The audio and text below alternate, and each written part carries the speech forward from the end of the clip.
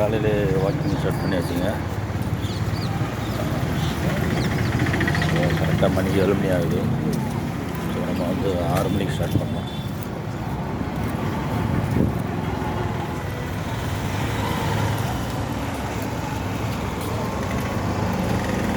So ரோடெல்லாம் போட்டு சூப்பராக ஆகிட்டாங்க. பகல போயிட்டு பார்த்து செம்ம இதாக இருக்குது.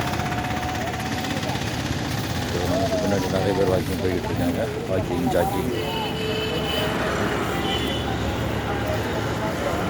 ஸோ இப்போ தான் வெயில் ஸ்டார்ட் ஆகுது. மணியும் குறைஞ்சிருச்சு. சூப்பராக இருக்குது.